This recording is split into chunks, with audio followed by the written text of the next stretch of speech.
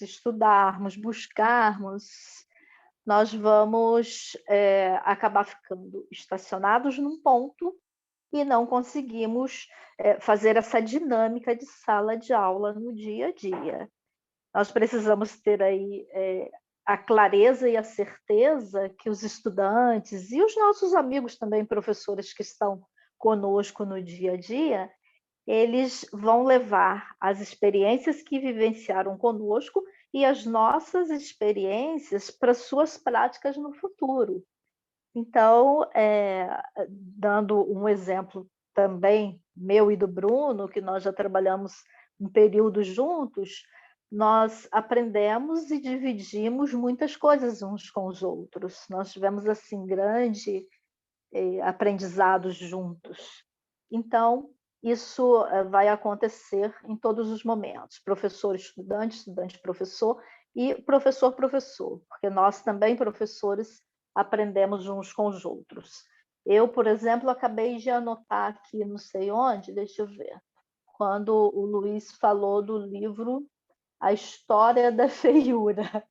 Assim, me chamou a atenção porque eu não conheço o livro e já pretendo dar uma olhadinha nele e nos outros tantos que ele falou. Então, nós vamos aí aprendendo um com o outro a cada dia. Bruno, obrigada pela possibilidade de estar aqui com vocês. Eu vou ficando por aqui. Se tiver alguma questão, se vocês quiserem colocar mais alguma coisa, depois eu vou desligar o meu microfone, porque aqui em casa tem alguém ali prendendo umas tábuas do lado de fora, aí para não ficar interferindo diretamente o barulho. Ok? Eu aqui também estou com uma aula de música rolando aqui. Gente, Vera, eu acho que a gente pode retomar, com base na sua fala, a gente retoma algumas lembranças, né? Nós que tivemos a experiência na educação especial, uma outra querida amiga também, a Carol, né? E a Carol falava uma coisa da educação especial que eu nunca esqueci. Ela falava assim que você vai relembrar que a educação especial ela é um tecido fino, lembra disso? É uma alta costura, né? Onde não basta só a competência técnica, isso é importante. Não basta só a sua experiência no magistério, né? Isso é também importante. Mas você precisa mobilizar algumas sensibilidades, algumas percepções, e entre elas a possibilidade de que aquele aluno com deficiência seja capaz de te ensinar. E parece algo contraditório, mas a gente na educação especial, a gente percebe isso de uma forma muito claramente.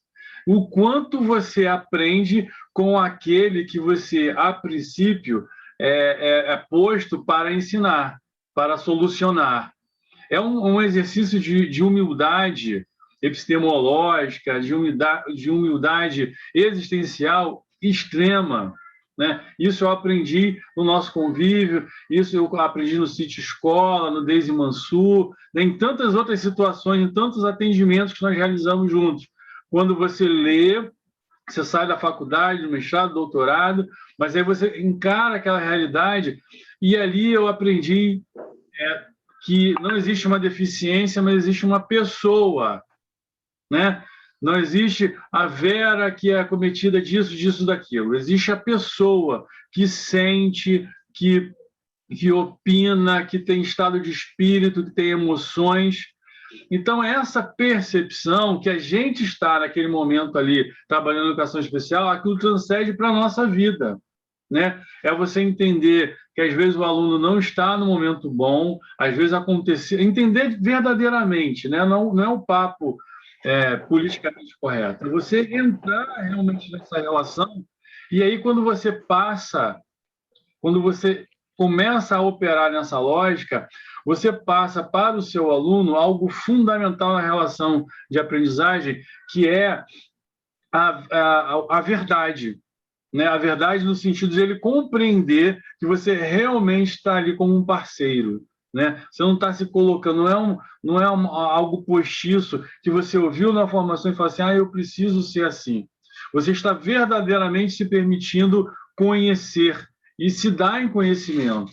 Então, essa relação que você coloca aí, que, né, do capítulo, essa relação que você coloca sobre a humildade de ensinar, que o capítulo 1 que a gente já discutiu com a Carla, com a ética do professor, isso vem de uma subjetividade, de uma sintonia muito mais apurada, que parte da necessidade, da opção de se lançar, né, de se permitir isso. Então, é uma coisa que são lições que eu aprendi na educação especial, porque na educação especial o aluno ele grita isso para você, né? É claro aquilo ali, fica latente ali, ele mostra todas as suas imperfeições, todas as suas incapacidades, e nesse processo de mostrar suas incapacidades, você pode fazer um caminho junto a ele, né? E você sai dessa experiência, mas isso pode ser aproveitado na nossa sala, né, comum, nas nossas relações, né, nos nossos diferentes momentos de aprendizagem, porque eu já sou professor há alguns anos, me vejo numa situação vulnerável, porque estou numa nova formação. Você, quantos anos, Vera? Quantas experiências você não poderia nos relatar? E, de vez em quando, você se coloca agora no novo espaço de formação, você se coloca de forma insegura, porque é um novo que você está se colocando a aprender. Então, como essas vivências, né, vão nos constituindo, né, e vai fazendo sentido a essas falas aí que a gente tem estudado, que a gente está se debruçando, que é a fala do Paulo Freire. Sim, e Bruno, em relação a essas questões, termos muito claro mesmo, né, que tudo que nós já aprendemos e que estamos trazendo aqui de vivências, eles são exemplos práticos para as pessoas que estão nos ouvindo, quando se depararem com problemas similares, eles já terem, né, ouvido sobre aquele assunto com alguém. E quando você lembra da Carol, eu também lembrei da Carol quando o Luiz falou da colcha de retalho, da colcha do tricô, crochê, né, que vai fazendo crochê para depois ir formando uma colcha. E realmente é isso, nós vamos pegando umas informações com as nossas formações, né, com as experiências dos outros, para traçar o nosso direcionamento, o nosso caminho. Muitas coisas que eu fiz no início da carreira, hoje que já estou praticamente no final, já não faço mais. E é assim, essa busca constante. Mas obrigada, querido. Tem alguma mão? Eu só queria cumprimentar, né, que tudo que o Bruno falou, eu tive um aluno, e o Paulo Freire, que quando eu li esse livro, eu falei assim, gente, eu não sabia que eu amava Paulo Freire. Eu estou sabendo agora, gente, quanto mais você lê, mais vontade você tem de conhecer mais sobre a vida dele. Então, a leitura foi tão gostosa que eu li o livro numa manhã. Eu falei assim, gente, que leitura saborosa, como me identifico com ele? Aí nós estamos falando, ela estava falando sobre, nessa parte, ensinar exige alegria e esperança. Aí eu fiz o fichamento da parte que diz, que o Paulo Freire botou, há uma relação entre a alegria necessária e a atividade educativa e a esperança. Eu tive um aluno que eu já trabalho já tem um tempinho e não tinha ninguém na época, logo no início, que começou a entrar as crianças com síndrome de Down, né, as crianças cadeirantes na escola, que antigamente não entrava, aí começou a aceitar. Então, eu sou agente educadora, tá? Lá da Prefeitura do Rio. Mas eu tive uma professora que trabalhava comigo, uma PEI, que ela ficou assustada com a criança, porque a criança ela era totalmente, né? Ela não parava, ainda não tinha como...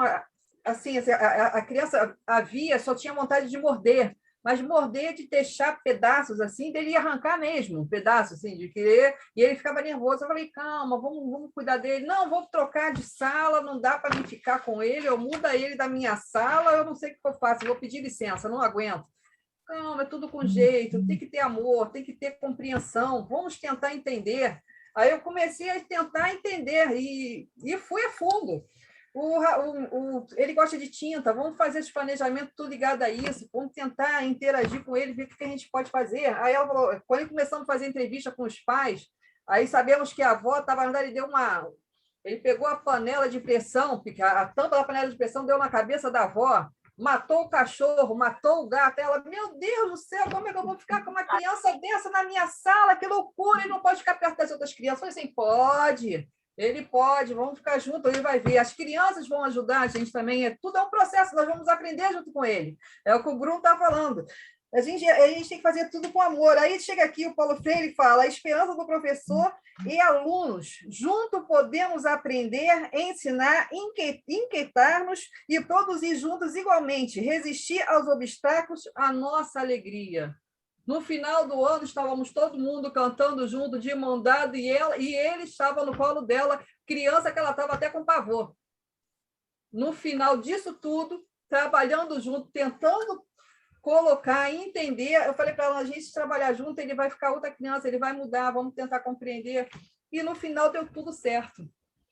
Parabéns, Marinei, parabéns aí pela experiência, pela sua vontade, pelo seu desprendimento, né, de perceber que realmente esse trabalho precisa ser em conjunto com todos os estudantes, com todo o professor, porque em relação à inclusão, o primeiro passo é a aceitação do professor, dos profissionais que estão ali juntos, porque os estudantes, eles não têm preconceito. Assim, já tive um exemplo também de visitar uma criança que a professora ficava um pouco mais distante, mas os amiguinhos pegavam o paninho que ele levava e limpava, falava, deixa eu tirar, está escorrendo aqui, deixa eu limpar, assim, nenhum problema em relação às crianças. Então, realmente esse trabalho que você fez foi muito positivo e você colheu o resultado no final do ano. Parabéns, e parabéns por ter associado a prática, a teoria. Diretora, nossa, você está conseguindo, porque eu ficava com ele o tempo inteiro. E se faltasse, a diretora, ela falou, não dá para mim ficar com ele. Marinei não está aqui, não dá para mim ficar com ele, não. Bota outra pessoa, fala para ela voltar para casa com ele. Gente, não pode voltar para casa com a criança, entendeu? É uma coisa que é o dia a dia, você vai se entendendo e as crianças também vão ajudando, é um conjunto. Aí depois é que ela foi adaptando, a gente foi mostrando para ela tudo que a gente podia trabalhar com ele, se é água, vamos, se é tinta, vamos brincar, vamos cantar, vamos ver o que ele gosta. E aos pouquinhos ele foi se adaptando. Era um mundo novo para ele também, a escola. Ele nunca tinha ido à escola, nunca deixou a mãe. A mãe só tinha 19 anos, estava com trauma também, falou, nunca mais vou ter filho nenhum. Eu não quero mais ter filhos, basta ele na minha vida. Eu estou dando glória a Deus que ele foi para a escola, que vocês aceitaram ele. Aí você vê como é que estavam as coisas. Aos pouquinhos a gente foi trabalhando. Aí eu ensinei a ela que tinha em Irajá um núcleo, que ela podia levar ele lá, que tinha várias atividades. Aí eu botei ela para incluir ele lá e foi assim, ele foi melhorando. Isso e depois mesmo. Ele começou, né, a falar melhor, tudo foi uma ajuda, uma coisa complementando a outra. Mas graças a você que se incluiu naquele mundo. Você não esperou que ele se incluísse com os demais. Você se incluiu e foi mostrando ali as estratégias adequadas. Parabéns, né? Muito bom. Obrigada pelo seu depoimento. Obrigada a vocês. Tem mais alguém, Bruno? Deixa eu falar só um instantinho. Complementar. Oi, pessoal, pode falar? Não, a Poliana estava com a mãozinha levantada na frente. Não sei se ela está aí ainda. Poliana? Acho que não. Vai lá, Sônia. Para complementar a experiência da Marinei, também trabalho como mediadora também, com alunos da inclusão. E essa palavra do Paulo Freire, esse não se estranhar, né? Abraçar, sentir, entender.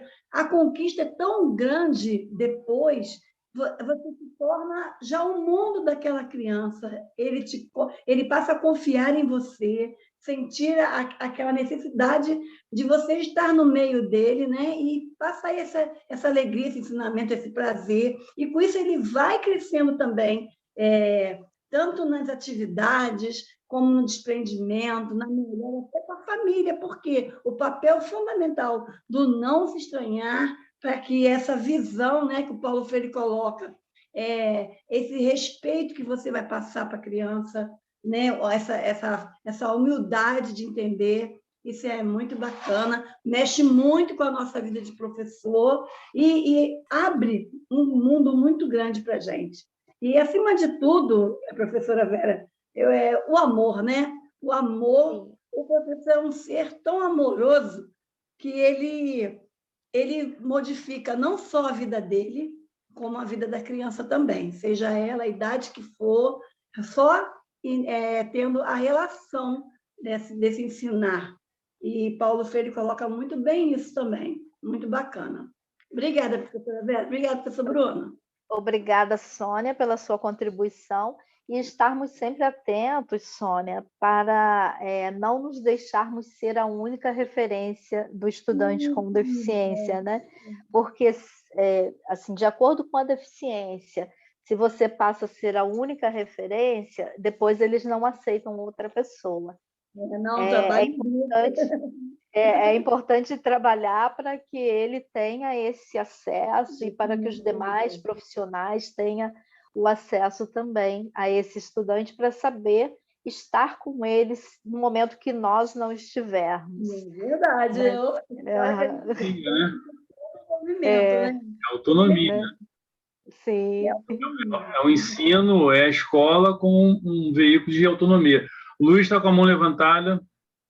Não, é só para avisar que eu estou aqui, mas como a internet está meio instável, eu estou com o vídeo fechado. Vocês podem perguntar qualquer coisa aí, pode me dar pedrada que eu estou aqui, tá?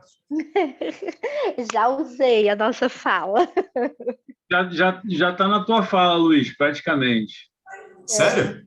Sério? A Vera já está nas considerações aqui dela. Então, beleza. Pessoal, nenhuma outra fala, não, Bruno? Mais alguém aí quer fazer alguma colocação ainda sobre a fala da... Eu quero falar só mais uma só.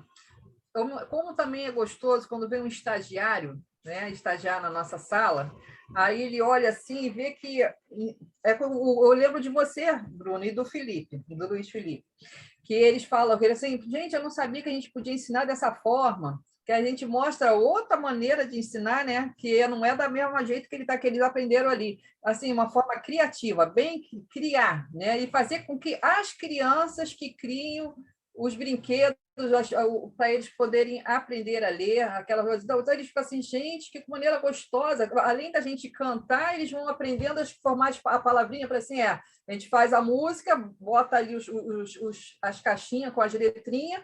Primeiro a gente coloca a música, botamos no quadro, depois coloca ali e deixa eles formarem as palavras. O que eles acham ali?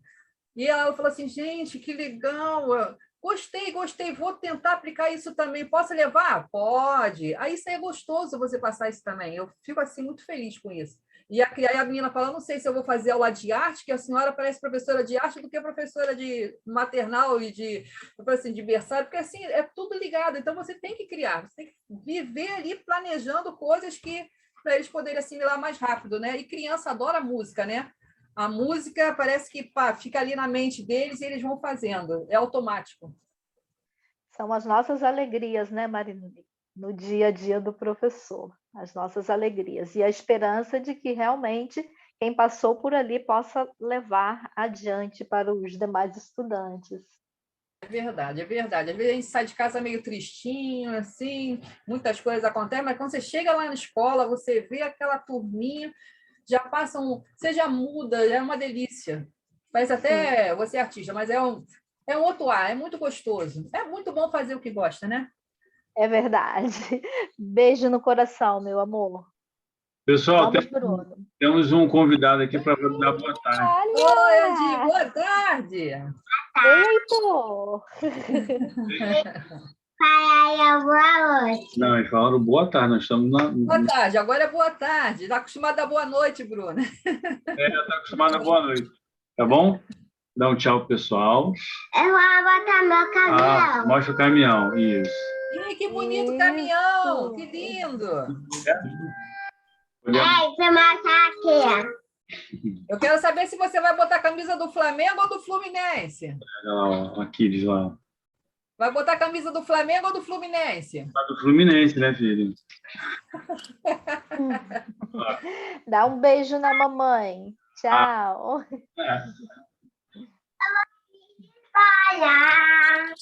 O do Luiz também. Aí, ó. Luiz, ele é flamenguista ou fluminense, Luiz? Isso aí é mais fácil perguntar para ele, porque o pai não gosta de futebol, então para... Então vou ver qual é o nome dele. Aquiles. Eu também não gosto de futebol, não. Não gosta de futebol, viu? não? Ah, meu Deus. Pensei que você fosse flamenguista. Fala, você? Não. Não. Não, tá bom. Ele é neutro. E aqui é histórico, hein? Aqui é homérico, é Aquiles e Heitor. É verdade, é verdade. Vamos juntar esses dois aí em Maricá. Juntar esses dois em Maricá. Isso aqui é a minha vida. Gente, então um beijo para vocês, passando aí para o Bruno mais o Felipe, e estarei por aqui, tá? Vera, te agradeço, né, de caminhão, você sabe da nossa caminhada, do nosso carinho e respeito. Sei que você fica por aí, agora pela organização está na vez do Felipe, né? O Felipe vai concluir, quer dizer, finalizar aí essa resenha do Paulo Freire, mas que a gente fique sempre em liberdade, né? Sintamos em liberdade para intervir, para conversar. Isso é um grande diálogo. Nós estamos aqui numa formação entre amigos, né? Então, isso fica sempre aberto, esse canal, para os alunos, para os professores, para os amigos, para os convidados, sempre nesse clima aí de cooperação, tá bom? Ok, Bruno, gratidão. Vai que é tua. Professor Bruno? Professor? Fala aí, cara. Boa tarde. Boa Saiu, você botaram o link para fazer, botar o nome, o link? No link tem a presença. A Jéssica acabou de colocar aí. Tá? Eu não vi, não. Tá no chat. Tá bom. Da presença. Rola aí a barra. Ela acabou de colocar, a Jéssica Mendonça. Aí, ó, colocou agora de novo. Tá. Não. Obrigada. Olha. Agora vai começar a falar, tá bom? Então vamos lá, gente. Vamos lá, que a energia aqui é sempre intensa. Bem, gente, boa tarde. Eu acredito que eu não preciso ficar me estendendo quanto a apresentações formais. Eu sou o professor Luiz Felipe Bantin de Assunção. E aquela ego trip formal, tenho mestrado em História Política, doutorado em História Comparada, pós-doutorado em Letras Clássicas, mas isso não me define como pessoa. Então, acho que isso é um ponto fundamental, né? Titulações não falam por si, mas sim o nosso esforço diário de fazer diferença. Então, sendo assim, como eu sou um sujeito, assim, pouco prolixo, eu preferi me utilizar de um artifício, né, para nossa conversa.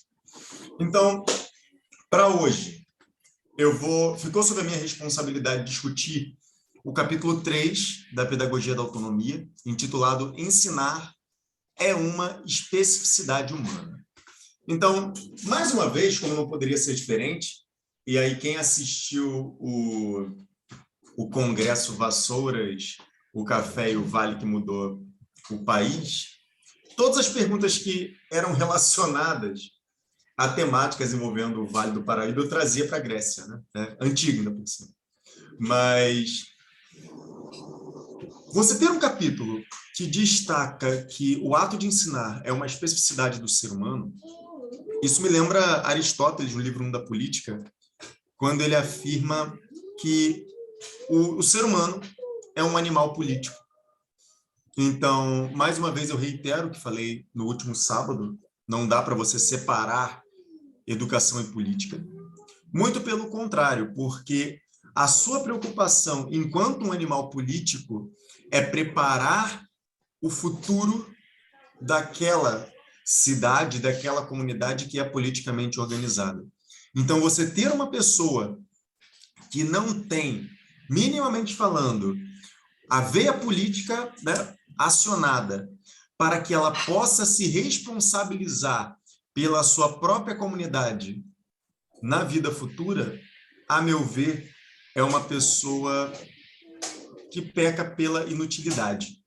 Então, sendo assim, evidentemente, embora outros animais aprendam observando, e isso também eu acredito que com o ser humano não seja diferente, o ser humano, já para os pensadores da antiguidade, eram vistos como algo singular, sobretudo pela sua capacidade de se organizar em função de interesses políticos, em muitas das vezes abrir mão da sua individualidade em prol de uma coletividade, em tomar decisões por meio de diálogos, debates, votações e outras coisas mais.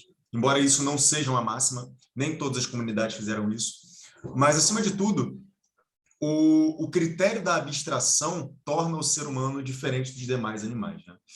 Não vou entrar nesse mérito, não sou professor de biologia, não tenho o devido conhecimento para debater isso com propriedade, mas o que eu posso dizer é sim, nesse ponto eu concordo com a filosofia socrática.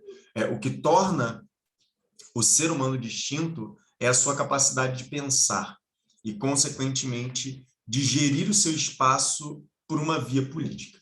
Então, se nós somos capazes de pensar criticamente a existência e de nos utilizarmos de aspectos conceituais, abstratos, metafísicos, para nos representarmos socialmente falando, então, isso já demonstra também, mais uma vez, e reitera o que a Vera havia falado, e na última semana também o Danilo, o Bruno e a Carla falaram, mas, no fim das contas, é essa capacidade de sempre se pensar e se repensar que faz com que o ser humano esteja em um eterno aprendizado.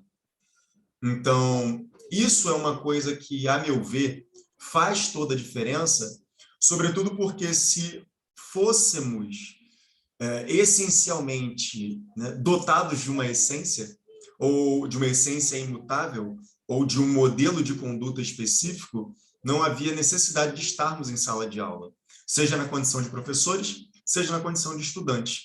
E aí sim eu reforço que existe nessa relação professor-estudante uma relação de concomitância, complementaridade e possivelmente cumplicidade que, a meu ver, o que a gente vivencia hoje em dia, nesse neotecnicismo, é justamente o que se pretende anular.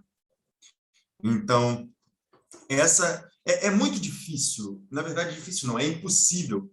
Você, na condição de professor, vivenciando semanalmente, dependendo do modelo de formação ou do segmento de ensino, diariamente com aquela turma sem se envolver. Mas, como nós sabemos muito bem, existe uma tendência, né, sempre muito recorrente, de você, ao falar a palavra envolvimento, é como se você estivesse nutrindo afeto conjugal para alguém. Não, não é o caso. Envolver é relacionar. O ser humano é relacional. E, diante disso, acredito que é fundamental que nós nos repensemos enquanto profissionais, enquanto pessoas e enquanto eternos estudantes. Porque, como a Vera falou, e como foi falado na última semana, a gente aprende em demasia com aquelas pessoas que nós deveríamos ensinar. Então, isso é algo que vale muito a pena.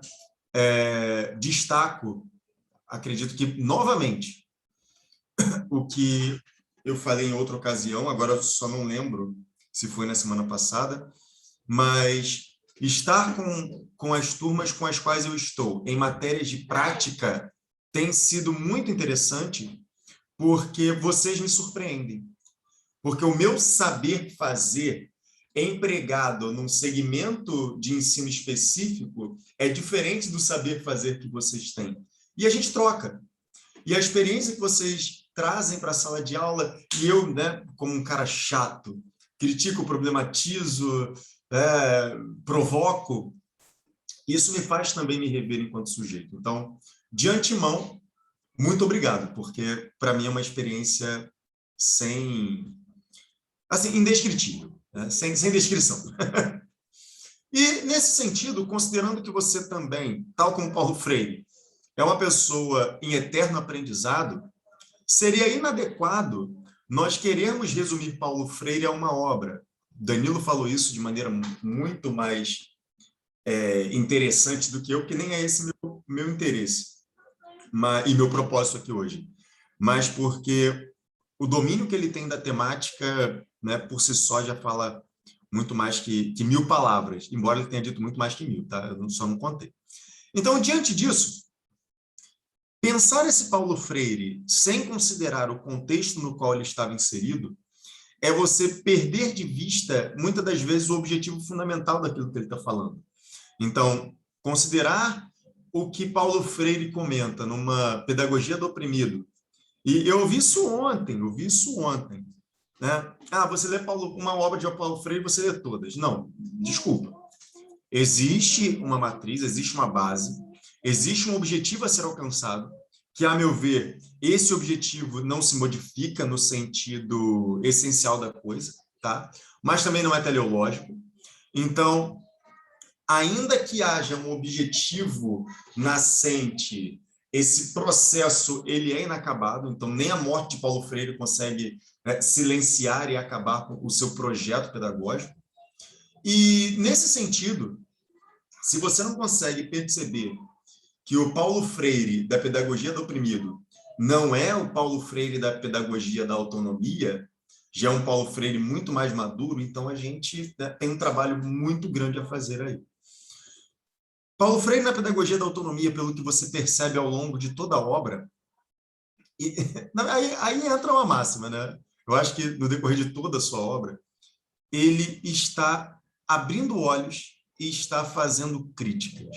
Nesse ponto, eu acredito que a coragem de Paulo Freire ela deveria ser um exemplo. Ele bota o dedo na ferida. Ele sabe até onde pode botar o dedo, mas ele coloca. Né? Ele joga o limão ali na carne de porco e manda para a brasa. Né? Ou, obrigatoriamente, ele tira da brasa e joga o limão e se aproveita daquele ali. Então, nesse sentido, o que a gente pode perceber nesse Paulo Freire da Pedagogia da Autonomia é um sujeito que vislumbra, a partir da sua realidade, numa década de 90, aí, pós-redemocratização, uma coisa que, a meu ver, se concretiza na década de 2000. Então, não estou falando que Paulo Freire está prevendo o futuro, não é o caso, eu acho que ele nem se propôs a isso. Mas, nesse sentido, é você perceber que ele está chamando a atenção para uma coisa. Você tem um tecnicismo ali, batendo na tua porta, tá? Uma herança deturpada de uma tendência norte-americana. E como a gente está vendo que a tecnologia está se desenvolvendo, daqui a pouco, esse tecnicismo vai ficar pior, porque a educação é política. E a política age sobre a educação. Então, o que essa política pretende com a educação?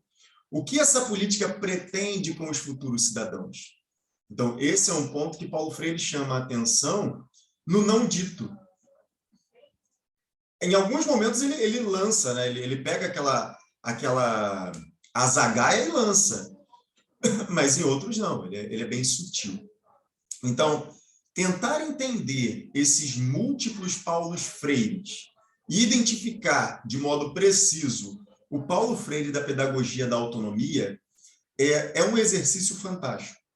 Sobretudo porque, ao longo da sua fala, existem dois conceitos, e isso me lembra mais uma vez uma premissa helênica, ou seja, uma premissa grega, que é você apresentar um conceito e a sua deturpação. Mas ele trata na Pedagogia da Autonomia que o objetivo fundamental do sujeito, ao interagir com o professor, ao interagir com o meio escolar, ao interagir com a cultura escolar, e perceber que a cultura escolar faz parte de algo muito maior, é que ele consiga, ao fim e ao cabo desse processo, nem que seja tangenciar a ideia de autonomia. Ele precisa ter autonomia para agir, ele precisa ter autonomia para saber que toda ação vai ter uma reação e ele precisa estar disposto a colher os frutos disso aí, que são as consequências. Então, eu não estou vendo bom e ruim nesse aspecto, mas Paulo Freire traz à tona essas questões. E os conceitos que ele vai discutir, até o Bruno, né, eu conversando com ele essa semana, né, ele, Luiz, calma aí, aí conversamos depois sobre isso, é a ideia de autoridade democrática atrelada à liberdade, sendo o seu oposto o quê? O autoritarismo e o silenciamento.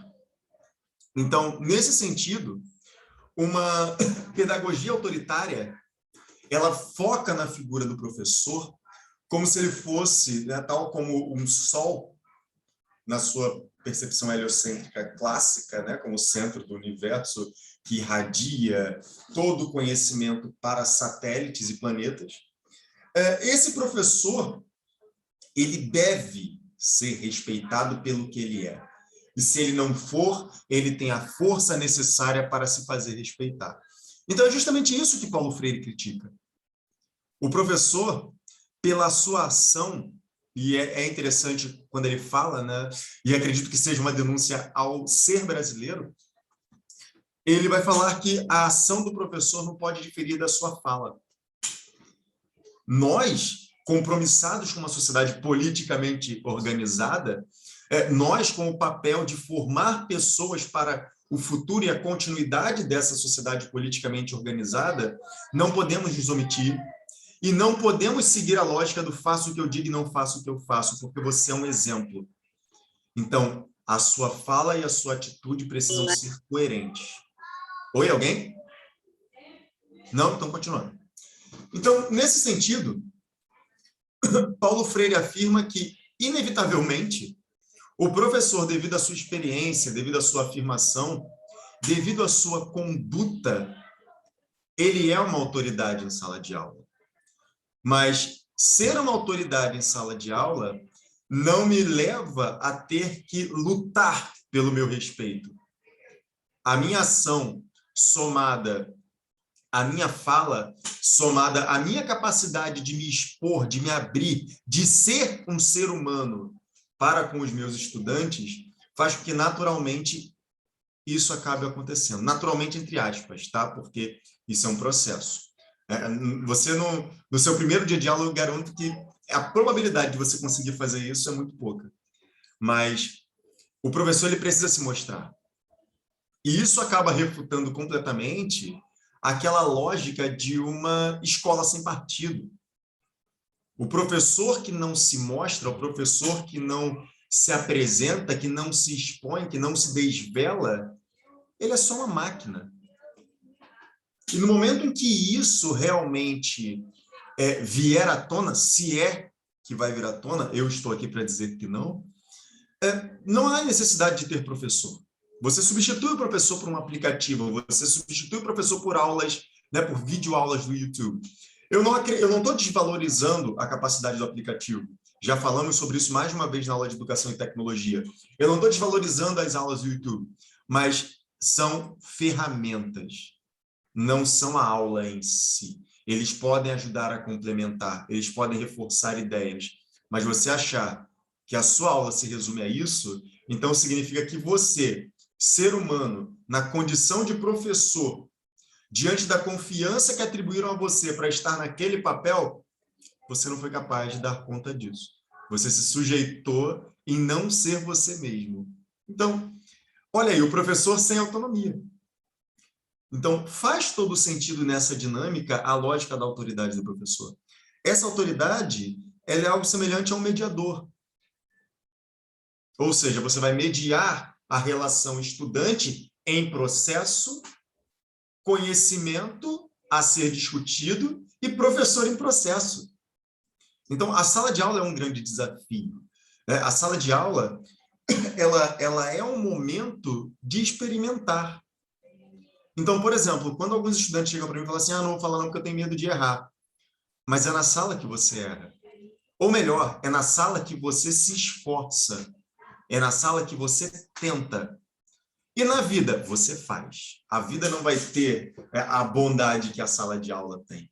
Então, é aí que Paulo Freire também retoma a ideia de amorosidade. Você não pode abandonar isso. Você não pode simplesmente chegar devido ao poder que você tem, devido a todos os canudos que você carrega, chegar e ofender, e humilhar, e perder a sensibilidade humana que te caracteriza enquanto tal, enquanto ser humano, mas também enquanto professor, e tratar aquela individualidade que é o estudante como coisa alguma. Muito pelo contrário.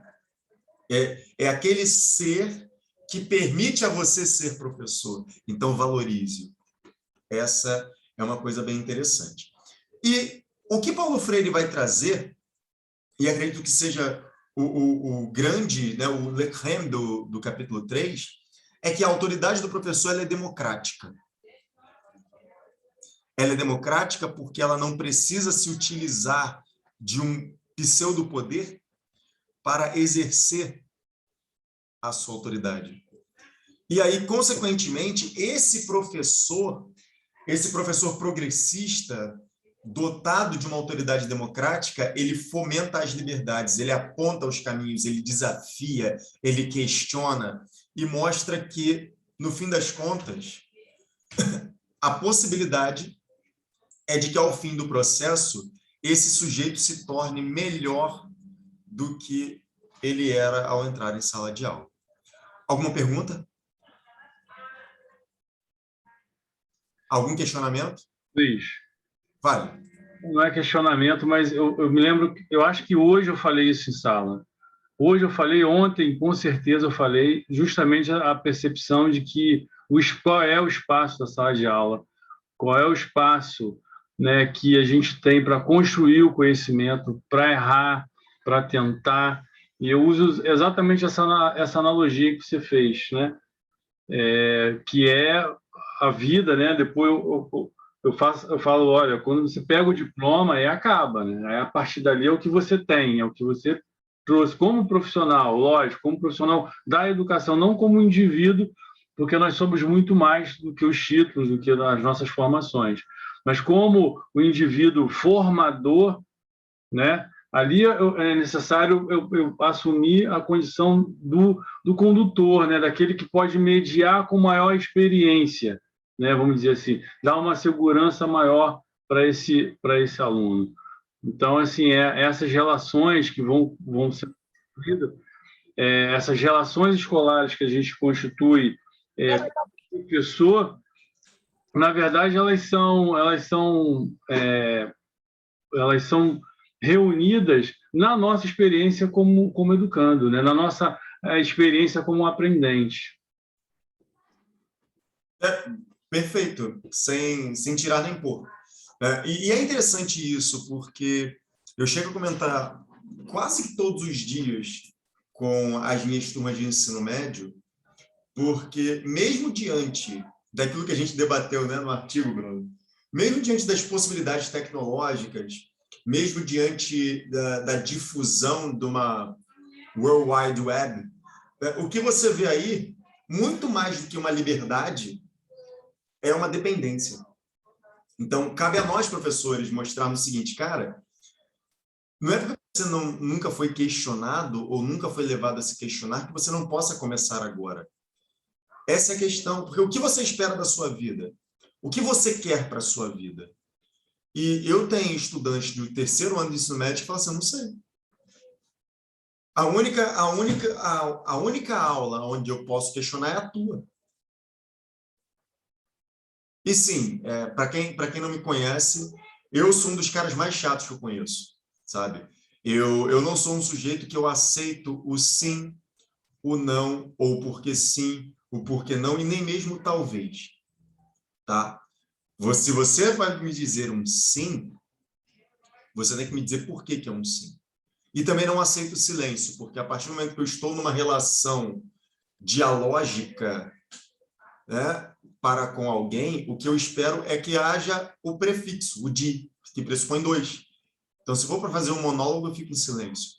Então, essa troca que me torna melhor a cada dia. Mas eu só sou melhor porque, por exemplo, né, vamos dar um exemplo prático aqui. Na minha tela está aparecendo a Marinei, o Bruno e a Vera com a câmera fechada. O relato, ou melhor, relato não seria o termo mais adequado, mas a experiência que a Marinei trouxe para mim do fazer dela em sala de aula me tornou muito melhor.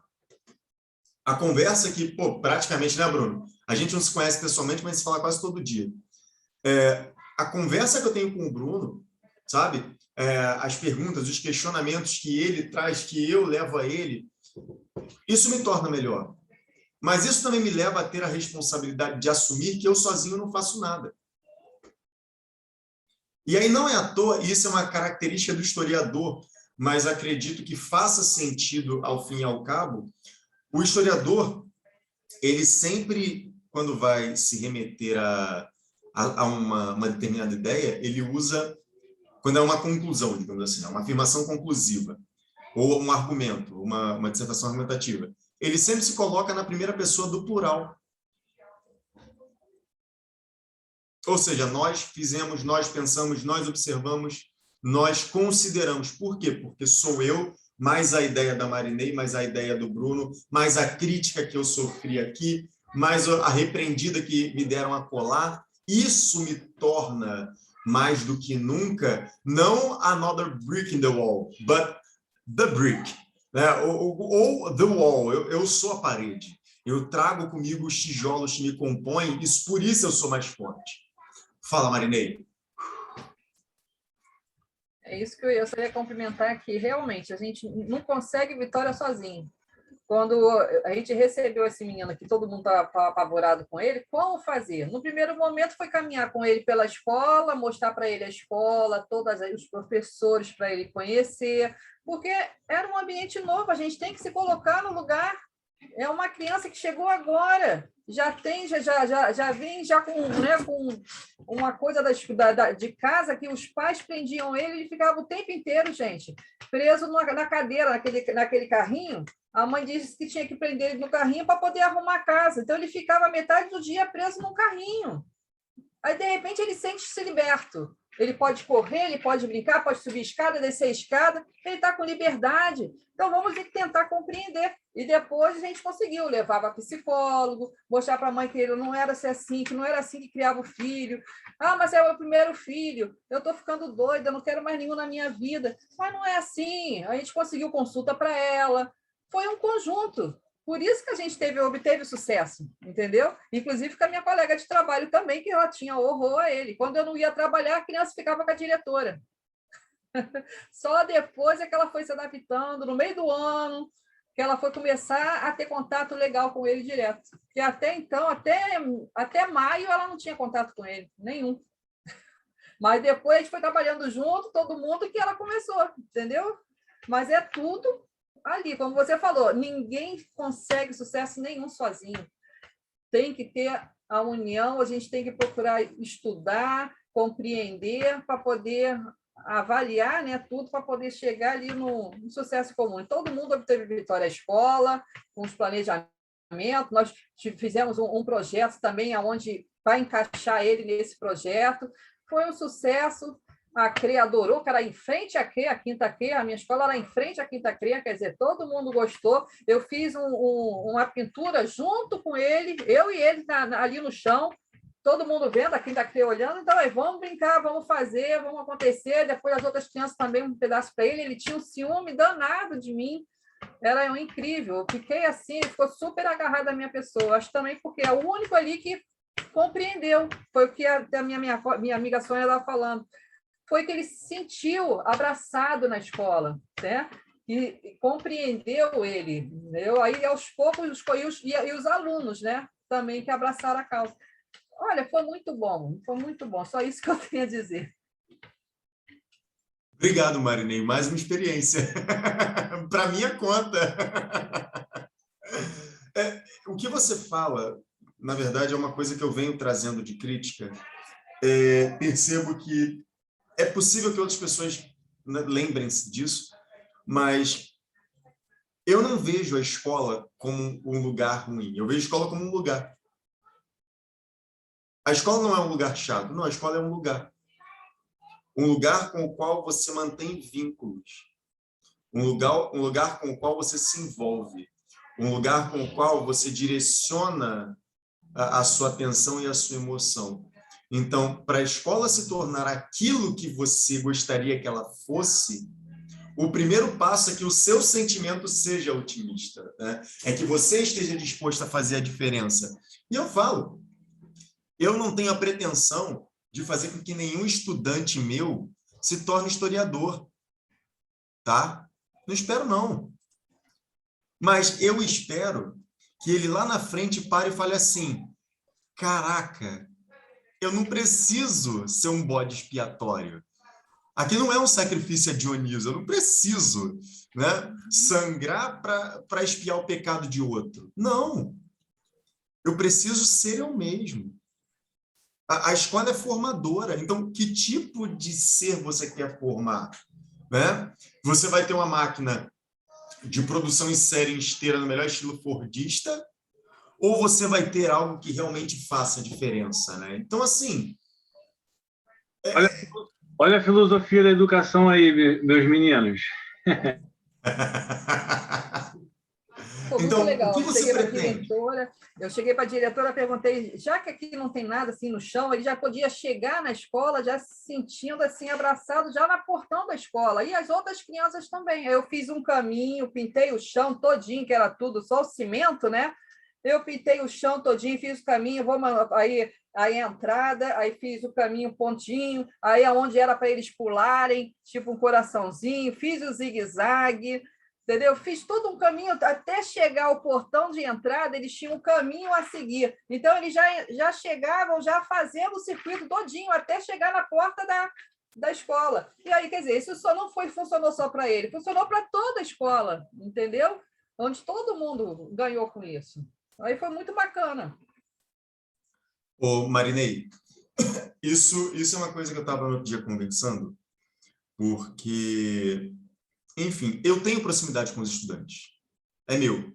Ontem mesmo, em Vassouras, eu estava conversando com outro professor, estava na cantina conversando, e aí veio um menino, professor Luiz, falei, eu mesmo.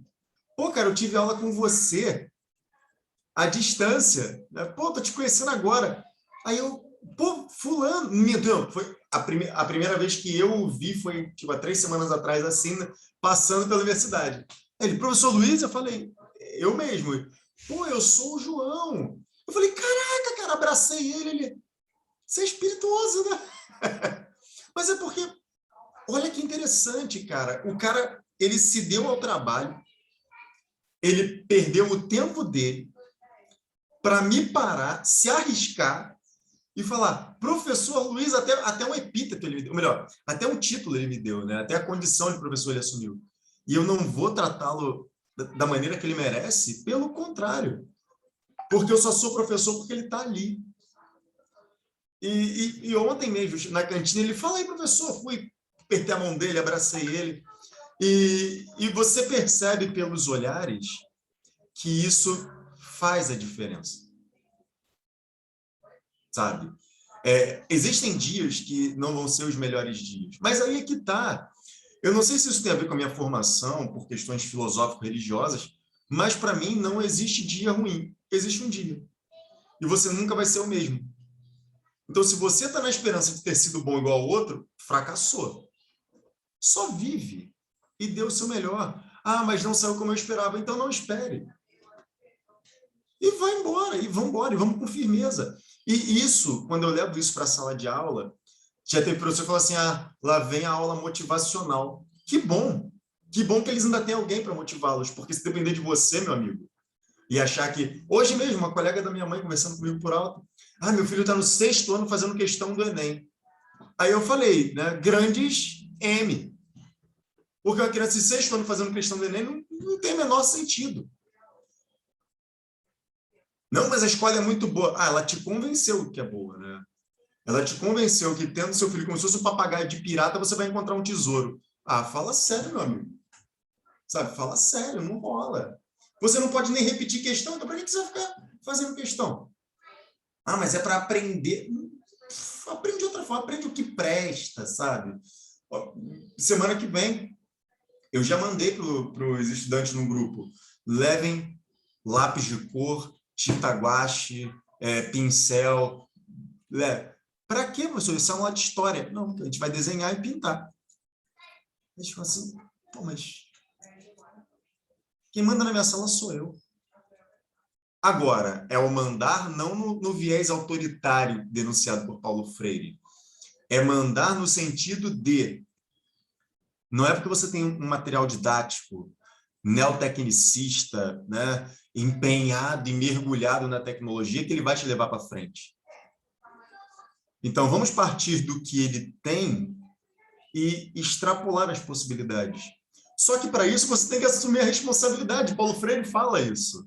Se você não assume essa responsabilidade, você atribui essa responsabilidade a outro, meu amigo, é igual ao nosso cenário político. Se você esperar que alguém venha se incomodar pela sua dor, vai doer para sempre. Então, ou você assume o BO, como diz o Bruno, ou tu assume o BO, ou então aceita. E isso é educação, sabe? Ou você está disposto a fazer a diferença e a lutar pelas liberdades, uma liberdade que é processual, que requer conquista, que requer superação, ou o pouco que a gente tem de ideia do que é ser livre vai se perder. Alguém? Não? Não mesmo? Vocês viram que eu estou inflamado, né? Aqui é super saiyajin. Filosófico. Esse é o Luiz. Na verdade, Luiz, você é um cara provocador, né? Você está falando de já um nível de subjetividades que a escola não está acostumado a enfrentar ou a debater. Eu trabalhei com uma gerente de educação num sistema, um grande sistema, e ela falava assim, gente, precisamos ser felizes. Ou seja, aquilo que você faz precisa provocar em você uma energia que te motive. Né? Uma das razões. Por que você vai para a escola? Você vai aprender sobre pré-história, você vai aprender sobre elementos químicos, você vai aprender sobre animais vertebrados e invertebrados também. Mas a experiência tem demonstrado que esses conhecimentos, no seu absoluto, não te conduz a lugar nenhum, porque chega ao final desse processo e aí a gente tem o indivíduo que vai fazer o quê? Não sei. Para que você estava aqui? Não sei. A idade da pedra serviu para quê? Não sei. Né? Não está conectado a uma unidade de vida daquele indivíduo. Talvez essa seja uma reflexão que a gente, mobilizando aqui, né, nas nossas aulas, na minha, na sua, na Carla, porque conheço, venha a mobilizar realmente elementos que sejam importantes, impactantes. Aí eu vou retomar o meu antigo projeto, né, lá de Summerhill, quando ele falava assim, se o cara vai ser engenheiro ou um pintor de parede, não importa, mas ele vai ser um indivíduo feliz, ele vai ser um indivíduo autêntico, ele não vai viver no espectro de algo que deveria ter sido, que ele acha que deveria ter sido. Então, ele precisa ser um cara feliz. A gente não discute isso. Eu tenho meu filho aqui, eu vejo várias potencialidades no meu filho. Eu quero que ele seja feliz. Né? Se ele vai ser exata, se ele vai ser historiador, se ele vai ser mecânico, eu quero que ele seja feliz. Eu vou mobilizar as suas habilidades, eu vou instigá-lo nesse sentido, nesse plano de fundo. Ele vai ser um indivíduo autêntico. Essa é a questão que talvez a gente não discuta. Carla, já vou te dar a palavra. Eu também trabalhei numa escola aqui que tiveram a brilhante ideia de adiantar um ano de escolaridade. Mais ou menos como você, com uma ideia aí da família, do seu familiar. Então, o aluno de quarto ano, ele aprendia as coisas do quinto ano, assim sucessivamente. Eu atendi um garoto nesse sistema que ele quase endoidou, porque avançaram naquela ideia assim, o seu filho está à frente. Quando chegar no ensino médio, ele vai ter um ano à frente do outro, né? Porque ele vai estar no segundo ano, mas já cumpriu toda a carga, o conteúdo programático do terceiro ano do ensino médio. Então, ele vai estar à frente, vai ser uma geração à sua frente. Foi isso que foi vendido. E o menino implodiu, porque não tinha emoções, não tinha mobilidade cognitivas para aquilo. A família ruiu. E eu falei assim, já sei qual é o problema. Qual é? Tira Mas aí o meu filho vai ser tido como o desistente, como o incompetente, como o fraco, como o desistente. E foi assim, ele vai ser feliz. Ele vai ser feliz. E na felicidade ele vai encontrar o caminho dele. O garoto, agora nas férias eu encontrei com ele, agora já é um adolescente de 16 anos, e ele me vê, parece que eu salvei ele daquele inferno, porque ele não dava conta. Então essas são relações pelas quais a gente muitas vezes não tem maturidade para, Ué, né? ô Bruno, desculpa te interromper, você comentou o caso desse garoto. Eu cumpri um barulho sério numa escola que eu trabalhei, porque a escola tinha como característica ser uma escola de emergente, então as pessoas tinham muito recurso e não tinham ideia de cultura, sabe? Eles valorizavam os ter para ser. Só que também você tinha gente que era de uma elite, Zona Sul, que caiu de vida, mas ainda tinha um pouco de recurso, foi morar no Recreio, foi morar na Barra e tal. E esse moleque, olha a maneira que eu tô falando, né? Ele é sensacional e ele é filho de artista, é filho de músico. O cara tocava na banda do pai, era compositor, estava fazendo o próprio disco, né? Tinha os contatos maravilhosos, estava entrando em contato com um cara do jazz contemporâneo dos Estados Unidos por conta do contato com o pai. E a escola mandando mensagem, porque você vai ficar reprovado porque não vai fazer prova, você vai ficar reprovado porque não vai fazer prova. Aí um belo dia ele foi para a aula e ele estava morto, porque ele tocou a noite inteira. Aí ele falou assim, Luiz, cara, eu não sei o que fazer, eu tenho 30 provas para fazer, porque eu estou há 2 bimestres sem vir. Eu falei, sai da escola. Pô, mas não é assim, cara, você tem profissão, você está aqui porque esse conhecimento é útil para você? Não, eu estou aqui pelo diploma. Faz supletivo, cara, não estou desmerecendo o supletivo, mas para o que você quer, para o tempo que você tem, levando em consideração uma educação para o mundo do trabalho, faz mais sentido para você. E segue. Ah, o pai dele veio falar comigo, né? Aí, quando o pai dele veio falar comigo, foi aquela coisa, o artista. E eu cheguei, e aí, tudo bom, cara? Abracei ele, a pessoa ficou olhando assim. Como é que você abraça o artista assim? Porque para mim ele é um ser humano. Sabe? Não tem esse rótulo.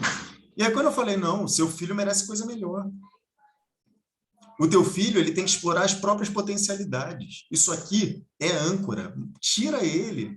Preparatório, teu filho não vai nem fazer vestibular, ele não precisa, tanto pela habilidade que ele tem, quanto pelo dinheiro que você tem. Tira ele daqui, isso aqui é cobrança. Tirou o garoto. O cara tá indo muito bem, me manda mensagem semana sim, semana não. Sabe? Volta e meia a gente está falando de ufologia, está falando de ET, está falando um monte de coisa. Né? Mas o cara é feliz agora. E é basicamente o que você falou, cara. Ele me agradece. Caraca, Luiz, obrigado, o tempo inteiro. E é isso. Perdão. Falei muito, tô falando. A Carla está com a mãozinha levantada aí. Eu vou ser breve de novo. É que eu ia falar justamente dessa questão do ser e ter. Eu sempre converso com os alunos, sobretudo os do terceiro ano, né? Eu trabalho numa escola pública e eles têm. Eu lembro que o último ano que a gente teve presencial o ano inteiro, né? As meninas estavam numa angústia muito grande, né? Por causa do Enem, por causa do que ia ser depois, e essas cobranças todas, e um conflito, uma especificamente tinha um conflito daquilo que a família esperava que ela fizesse e aquilo que ela realmente queria fazer. E quando tinham alunos que estavam ali conflituosos, porque disseram para mim, mas eu não me vejo fazendo isso, eu não me vejo fazendo faculdade, isso não é para mim, não é isso que eu quero, né?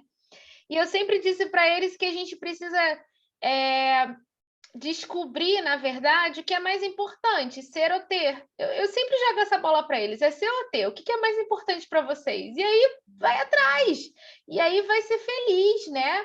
E eu acho que a gente precisa muito, muito, muito tomar cuidado com aquele discurso de que a gente precisa estudar para ser alguém na vida.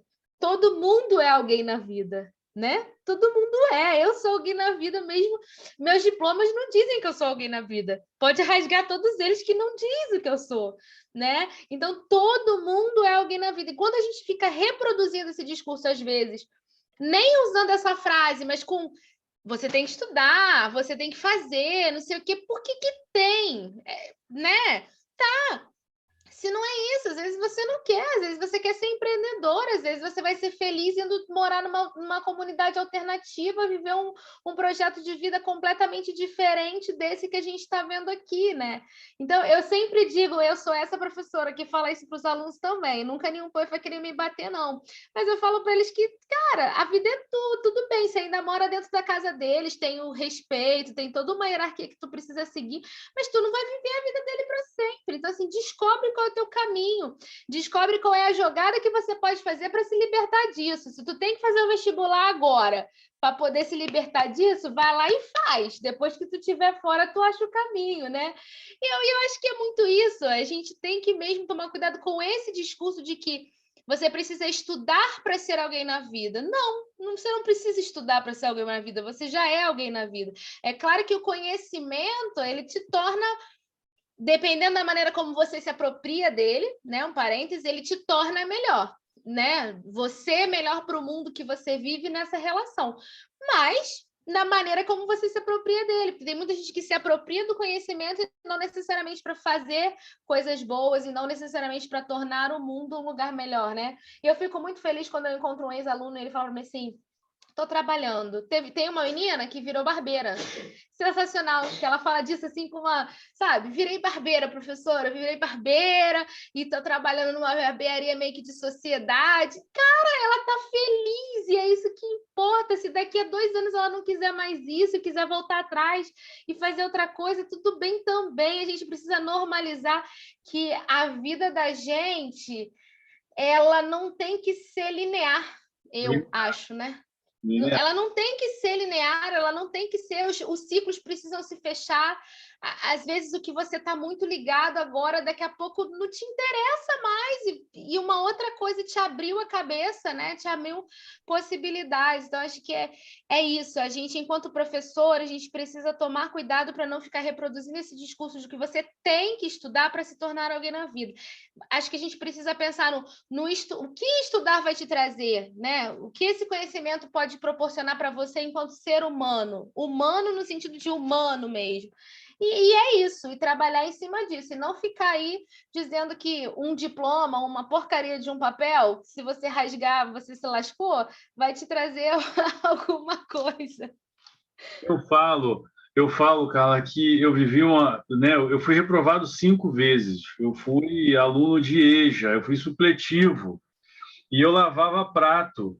Então, eu falo isso para os meus alunos, quando eu saía do restaurante meia-noite e tinha que voltar, no outro dia acordar às 6 da manhã, isso era meio complicado. Então, quando eu fui fazer faculdade, quando eu tive essa oportunidade, eu estava muito cansado, eu era muito ferrado, não tinha grana, eu mal comia, mas o contato com a leitura, com o conhecimento, aquilo me dava uma energia, aquilo me dava uma vitalidade, e todo dia eu falava assim, não, hoje eu vou para casa dormir. Eu não vou para a faculdade hoje, eu vou dormir. Aí, no caminho que eu ia pegar para casa, eu falava assim, não, eu vou para a aula hoje. E quando eu chegava na aula, eu saía da faculdade arrebentado, mas eu saía feliz, né? Então, há um momento para essas coisas. Eu atendi um aluno lá no Pirro, que ele também sumiu, assim como o aluno aí do Luiz, ele sumiu. Quando eu fui entrevistar ele, que eu consegui localizar, que eu fui conversar, ele me atendeu de manhã com muito sono e falou assim, professor, eu fico a madrugada toda na internet. Eu falei, você faz o quê? Para ficar jogando, é pornografia? O que está acontecendo? Ele falou assim, não, eu tenho um canal, mobiliza, eu vou pegando os links, né, de tudo que aconteceu, de tudo que é interessante, tudo que está bombando na internet, e eu filtro nesse meu canal. Então, o meu canal é como se fosse um pool, né, um condomínio de outros canais dos assuntos que estão bombando na internet. Então, eu passo o dia todo filtrando e à noite eu vou construindo isso. E o canal dele era monetizado. Eu falei assim, quanto tu ganha nisso? Ele falou assim, $150, $200 por semana. O garoto, 14 anos fazendo isso. E ele falou assim, professor, eu estou bem com isso, tá legal para mim. Sabe? É aquela lógica que o Luiz acabou de repetir. Eu olhei para ele está errado. Ele não está errado. Aí eu vou falar assim, não, faça o 8º ano, faça não sei o quê, faça não sei o quê, não sei o quê. Daqui a 10 anos, aí você pensa em ganhar o que você está começando a ganhar agora. Não faz sentido isso. Não faz sentido. Aí eu falei assim, olha, camarada, mas aí você precisa ter uma estratégia para a vida. Você não vai ter, né? Aí vale a experiência de você associar a vida real, né? Olha, você não vai ter essa saúde o tempo todo, você não dá para... Mas aí vamos associar, pensa numa saída, constrói uma saída da melhor maneira possível. Eu construí a minha saída, o Luiz construiu a saída dele, você, cada um aqui tem uma história de construção de saída. Eu falo com as meninas, no primeiro período, nas primeiras aulas, escolheu pedagogia, aí eu falo, pô, tem tempo de desistir ainda, pô, tem certeza que é isso que vocês querem? Porque é óbvio que isso ocupa um outro lugar, é óbvio que isso ocupa uma realização que vai além, porque para ficar rico a pedagogia, né, não dá. Quer dizer, entendendo a realidade do magistério e você ser voluntário a isso, é porque neste espaço ocupa outros sentimentos. E é isso, essa liberdade, essa autonomia, talvez no pano de fundo, que essa obra discute. Essa autonomia que você tem de se constituir um sujeito, e na do Paulo Freire, um sujeito, uma polifonia, né? Um sujeito que pode ser, depois pode não ser, pode deixar de ser, pode reser, né? Ele pode se reconstituir a cada momento, a cada espaço, a cada tempo, e não tem nada de errado nisso. Só que a gente não aprende isso. A escola tem dificuldade em entender isso, né? Ô, Bruno, momento, né, já que a gente abriu o coração, semana passada, na escola em que eu e Carla, minha esposa, atuamos, a dona da escola falou que o ensino médio estava pouco engajado. E aí ela decidiu, né, já que a escola é dela, unir as 3 turmas de ensino médio na quadra. A quadra é grande, ela botou tudo ao redor da quadra para manter distanciamento, o que é uma hipocrisia, porque ela mesma não usa máscara, enfim, outras coisas mais. E ela começou a falar, o que vocês querem para a vida? Quem aqui quer ser advogado? Quem aqui quer ser engenheiro? E o que me chamou a atenção foi o seguinte, ela me perguntou, quem aqui quer ser professor? Pô, você tem uma escola, minha senhora. E aí ela chegou e mandou. E aí, né, o Luiz Felipe, e eu posso, né, repetir de modo bastante resumido a minha ação, porque, como eu falei mais cedo, eu sempre tenho de 3 a 4 livros na mochila, e eu estava lendo a introdução que a Lúcia Sano, professora da USP, fez para a Ciropédia de Xenofonte, e estou eu, perna cruzada, livro aberto, enquanto ela falava groselha. Aí daqui a pouco ela falou, não, vamos dar uma palavra de vitória. Tá, cara, beleza, vamos embora, vai lá. Eu vou no teu jogo agora. Aí ela mandou, professores, vocês podem me ajudar? Beleza. Peguei meu livro, marquei a página, fechei. Porque o meu filho, ele fica à madrugada estudando. Porque o meu filho, ele estuda no PH, e vocês aqui têm o sistema PH e não se dedicam. Aí você se questiona, pô, meu irmão, tu já tá dando um tiro no pé, porque se tua escola é boa pra caramba, por que teu filho não estuda aqui? E aí, por fim, ela falou, eu vou dar uma palavra de vitória, porque essa madrugada, aí todo mundo olhando assim, essa madrugada, eu vou falar com o meu Deus. E aí eu falei assim, cara, eu sou muito romano nesse ponto, né? Eu arrumo problema com você, nunca com o teu Deus. Teu Deus é meu amigo, é meu parceiro. Eu não arrumo problema com o sagrado, nunca. Mas quando ela mandou essa, eu estava em pé, eu sentei, peguei o livro de novo, botei na coxa e comecei a ler de novo. Você só viu o pessoal... E ela olhou para trás, ela deu aquela engolida, né? Aquela engolida seca. E aí depois veio o pessoal, eu saí, ela saiu antes de mim, veio o pessoal, parecia que eu era aqueles jogadores que entram no estádio de futebol, né? Todo mundo com a mão assim, caraca, tu sentou, caraca. Então... Eu fui chamado depois da sala dela. Mas, vá. Você pega um discurso pseudo-motivacional, pseudo-científico e me manda uma dessa? Pô, cara, Não, para mim você perdeu todo o critério moral e respeito, sabe? Ou seja, você desmerece a profissão da maioria dos profissionais da sua escola, você desmerece a sua escola e ainda quer que eu te leve a sério? Eu tenho que pedir demissão e encontrar uma melhor. É isso que eu tenho que fazer, eu tenho que tomar vergonha na cara. Mas, ao mesmo tempo, eu falando isso com o Carlos, eu faço diferença para aquele povo. Eu não estou ali por ela que se dane. Eu faltei por conta do evento, aquele de Vassouras, eu faltei 1 semana e 1 dia. Ela me descontou R$800 e me chamou na sala dela para reclamar. Eu falei, mas você está certa, eu faltei. Está aqui, ó, justificativa. Não, mas não pode ser. Eu faltei. Você está certo.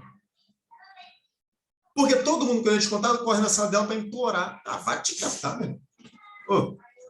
Para cima de Moá, jamais. Então, assim, o que isso tem a ver? Tem a ver que, embora, né, uma representação de um revoltado, porque na essência eu não sou, esse tipo de atitude, é óbvio, tem os seus prós e seus contras, dependendo do modo como ela vai ser interpretada. Mas todos se submetem àquele tipo de discurso, todos se submetem a uma ideia de perfeição profissional que não existe. Você querer vender um peixe de... Porque você tem que passar no Enem no vestibular, mas a escola não é preparatório.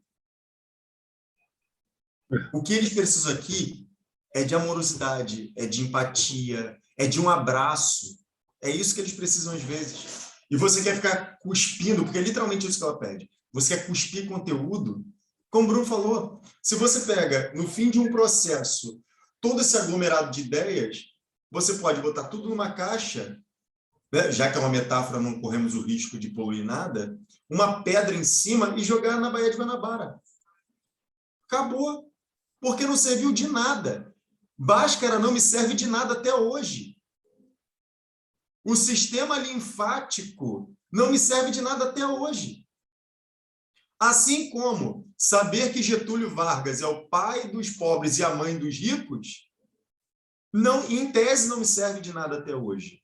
A menos que eu paro para discutir o que é estruturalismo aplicado à política brasileira. E aí você entende por que parece que as coisas se repetem.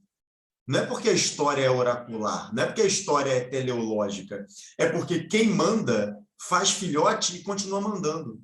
E você, por conta dessa educação bancária, você continua sendo o fundo de depósito. E o pior, você não é nem poupança, né? Ou se for poupança, né, tá o quê? Gerando 30 centavos de lucro ao mês? Não sei. Pô, sabe? Então, enfim, vamos continuar. Então, eu vou me encaminhar para o final, porque eu acho que tudo aquilo que a gente programou para falar, em tese, já foi dito direta e indiretamente, né? Então, sendo assim, a meu ver, o que nós temos vivenciado aí, e que Paulo Freire chama no período de tecnicista, que é essa coisa de você transformar o professor em um adestrador, isso é algo que tem se aprimorado em outras vias. Então, nada impede você de usar tecnologias digitais de informação e comunicação em sala. E eu falo isso sempre para o pessoal que tem aula comigo. Isso é um a mais, isso é uma ferramenta. E tal como uma chave de fenda, comprei a melhor chave de fenda do mundo, botei no pedestal e estou olhando para ela. Ela não desaparafusa, não. Porque ela é um instrumento da minha ação. Então, se você acha que um PowerPoint, um data show, um computador, um tablet, isso vai tornar a sua aula melhor, sem a sua devida dedicação, sem o seu devido envolvimento, sem o seu devido planejamento, não importa o que você tenha, você podia ter, sei lá, uma arma laser, não sei, né? Não ia mudar em nada. Então, tecnologia não é panaceia da educação. A tecnologia não vai acabar com seus problemas na educação. A tecnologia não vai tornar o profissional melhor remunerado, muito pelo contrário, ela quer acabar com o profissional. O Kazumi Munakata fala isso num texto que eu tenho dele, num livro sobre livro didático. Ele fala, dentro da dinâmica escolar, o professor é o elemento mais problemático para a escola. Porque ele é o mais caro, muitas das vezes, e o que pode se rebelar. O livro está quieto, cara. O livro está quieto. Então, nesse sentido, eu acredito que o nosso papel como professor seja justamente quebrar completamente os paradigmas. Não os paradigmas ético-formativos, políticos, não.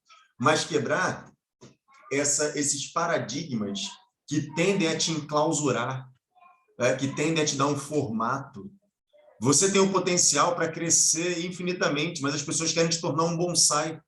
Eles querem cortar a tua raiz central e ficar te amarrando para você ter a forma do que você poderia vir a se tornar desse tamaninho.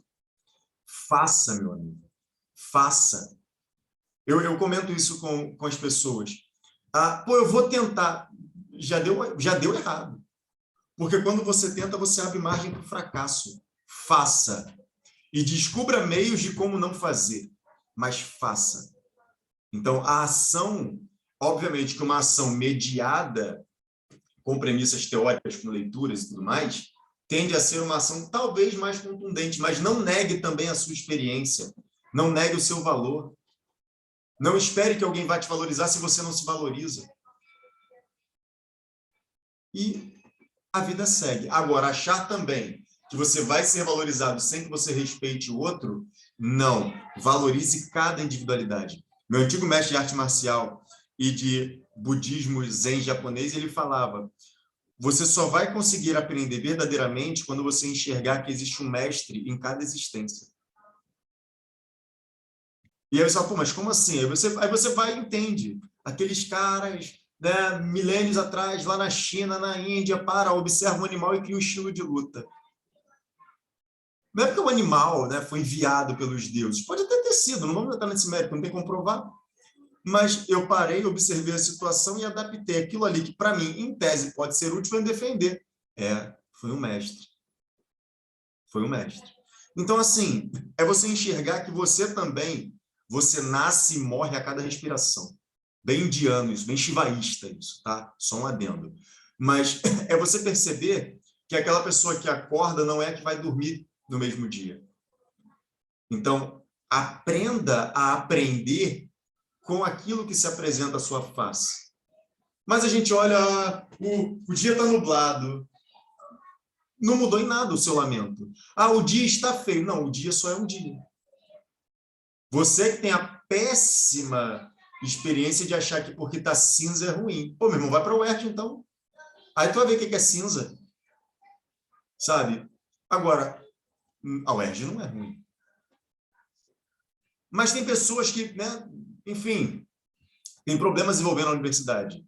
Porque o tipo de vínculo que você manteve com o espaço fez com que uma carga que você já carregava se tornasse ainda pior. Então, agora, pode ser naquele lugar que você vai se libertar, porque você vai encontrar, né, uma pessoa que pode chegar e falar assim, mas quem disse que você tem que ser assim? E aí eu só repito a fala do Bruno.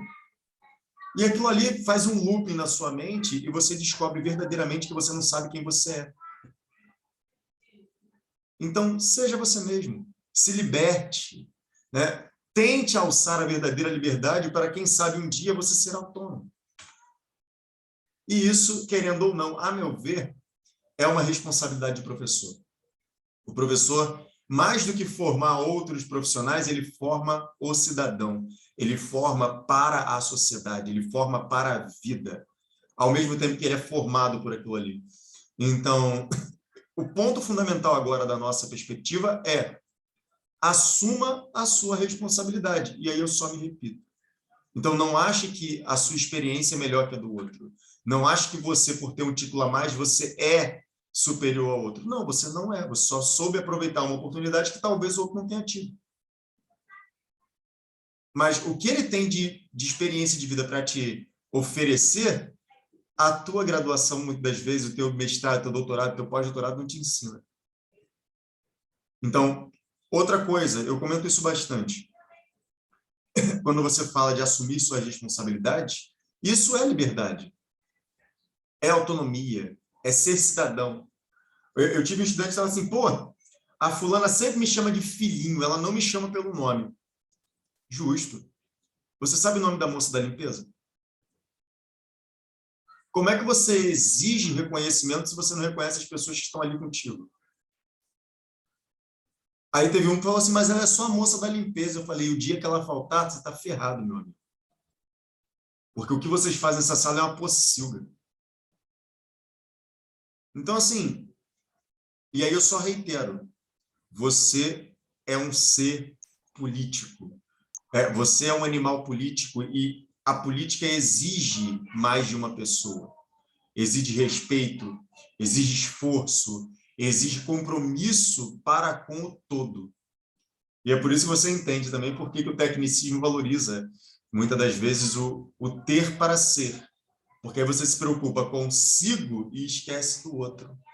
A sua fome não é superior à fome de outro, mas você só percebe que existe fome o dia que você fica sem comer.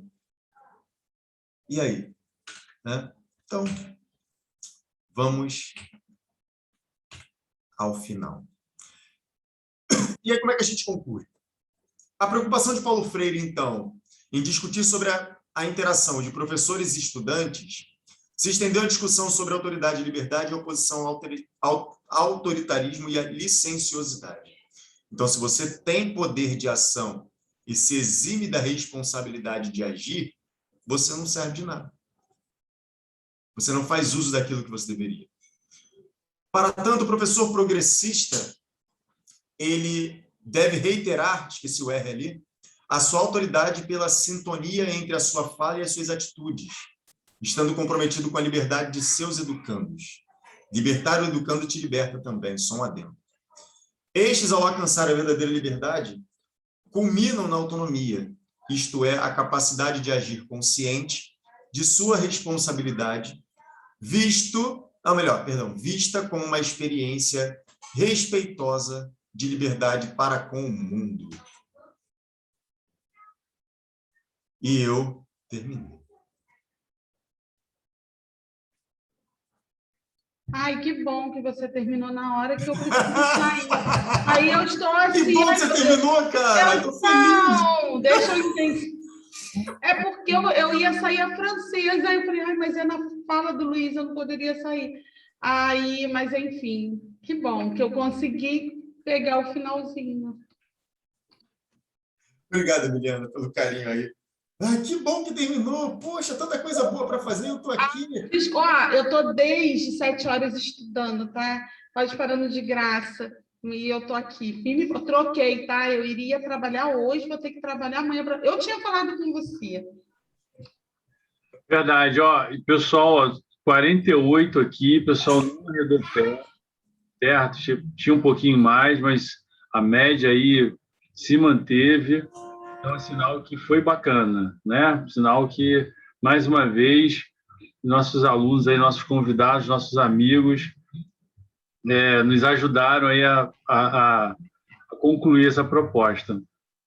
Eu só tenho a agradecer, Luiz, Carla, Vera, Danilo, né? Tantos outros que já passaram, que passarão, as ideias que a gente formulou aqui, pode parecer, às vezes, quem pegou de uma forma mais inadvertida alguma digressão, mas isso, na verdade, é uma forma autêntica de autonomia. É a autonomia de se pensar, a autonomia de construir, a autonomia de se ter, né, justamente fora dessas lógicas que, às vezes, a gente compra, né, fora dos solucionismos tecnológicos, fora das filosofias, né, desviadas, fora das concepções descontextualizadas. Isso é a construção da autonomia. E a gente, como professor, eu concordo muito com o Luiz nesse ponto de que o professor ele tem essa responsabilidade, sim. Ele está no meio desse diálogo, ele é um centro para esse diálogo, né? Ele é uma interseção desses pontos. O professor, sim, eu posso, na minha casa, com os meus amigos, com meus parentes, me isentar de determinados conflitos, como a Emiliana, né, falou, eu posso deixar alguém falar alguma coisa e deixar de lado e fazer outra coisa, mas como professor, não. né? Como professor, eu tenho que ter um posicionamento. E aí a gente já explicou lá, né, na primeira aula, que quando eu não me posiciono, isso, isso também é um posicionamento, né?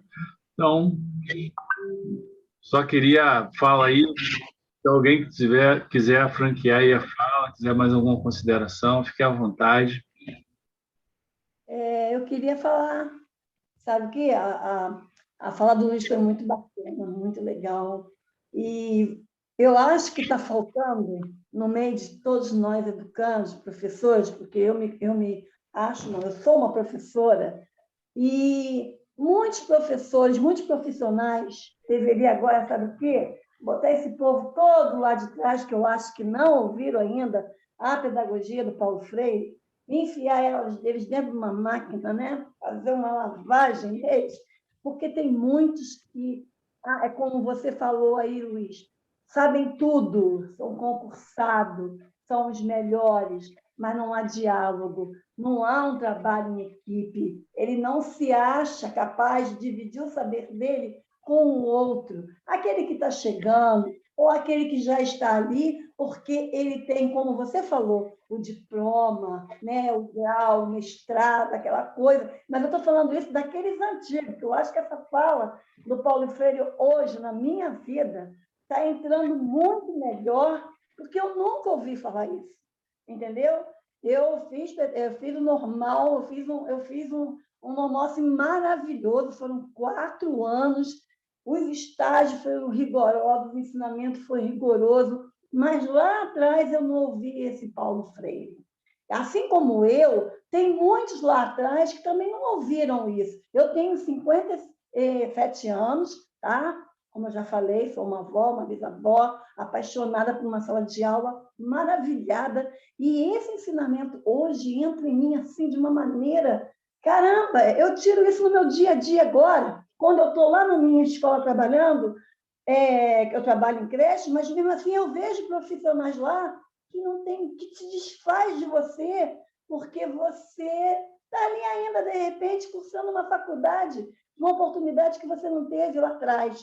Então, eles acham os melhores do saber de todos, mas não sabem, sabe por quê? Não tem um diálogo, não tem uma troca de experiência, não tem, assim, poxa, aquela ali me ensinou numa frase, né? É a coisa que eu não ouvi, mas eu sou superior, eu sou melhor. Então, hoje, até aquela fala da Eva lá, da humilhação, do oprimido, hoje, eu me vejo nisso. Eu tenho uma experiência de 25 anos de escola particular em São Gonçalo. Eu entrei na sala de aula, tipo assim, uma cobaia. Eu ainda não tinha nem me formado. Eu fui pedir ajuda para meus filhos estudarem, né? Para poder eu trabalhar na escola e eles manterem meus filhos dentro da escola estudando, porque eu não tinha como pagar. E ali eu tive esse momento que descobriram quem eu era. E o que eu fui, depois a própria direção me deu uma formação. E eu fui, eu estou indo, eu quero mais. Às vezes eu me deparo com desânimo, né? Porque você encontra isso no seu caminho, Luiz. Aquele que vai lá, faz uma reunião, fala um monte de abobrinha, mas o seu fazer, na verdade, não é o seu fazer. Então, é muito bacana, eu quero agradecer. Me sinto assim, lisonjeada, muito feliz. Eu estou aqui, mas estou trabalhando, sabe que eu estou fazendo umas folhas para casamento? O professor aqui, essa aqui tem que trabalhar mais para poder ganhar um pouquinho mais. Mas muito obrigada. Obrigada pelo sábado, obrigada pelo ensinamento, e vamos que vamos.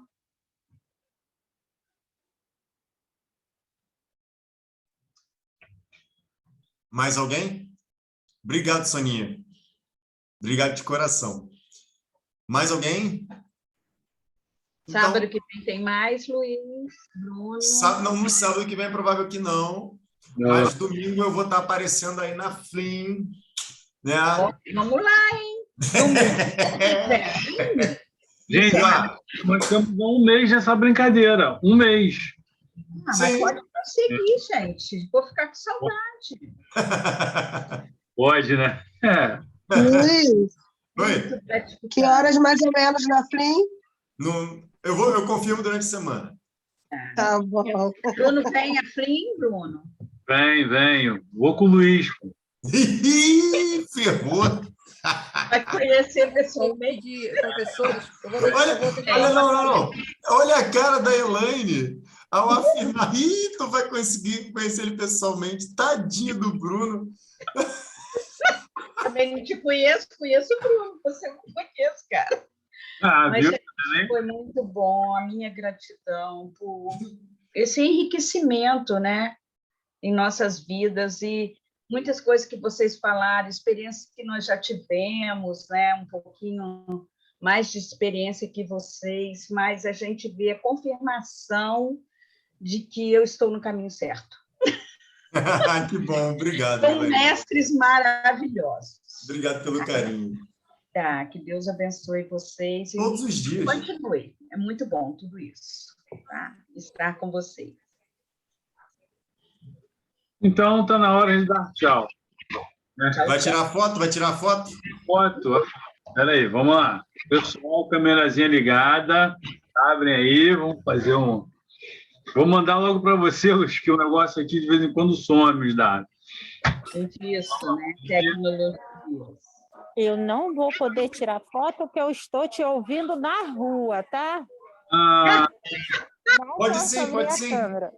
Não. Eu também estou dentro do ônibus. Eu também não posso Jéssica, abrir agora, não, Bota a professor. máscara, Jéssica. Bota a máscara, você está dentro do ônibus. Estou morrendo de calor. Eu estou sozinha no ônibus, aqui não tem ninguém do meu lado. Eu vou tirar Não foto dá para abrir a câmera agora, professor. Eu estou num lugar que não dá para foto abrir agora. de jogador, de personagem de jogo de luta, né? Tipo. Vamos lá, no 3, hein? Primeira, peraí. Aguenta aí. Deixa eu passar as fotos aqui, peraí. Já foi? Já foi a primeira, calma. Então. Tem outra página, peraí. O melhor é o Felipe, né? Ele adora, né, Angélica?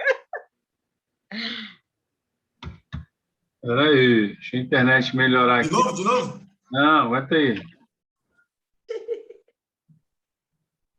Tá demorando muito. Ih! Toma! Brinca com ele. Se fosse vascaína, não tirava rápido. Gente, beijo, que a minha carona chegou. Beijo. Espera aí, mais um pouquinho. Pronto, foi a primeira. Segunda agora, hein? Vou perder a pose. Segunda, no 3, 1, 2, 3.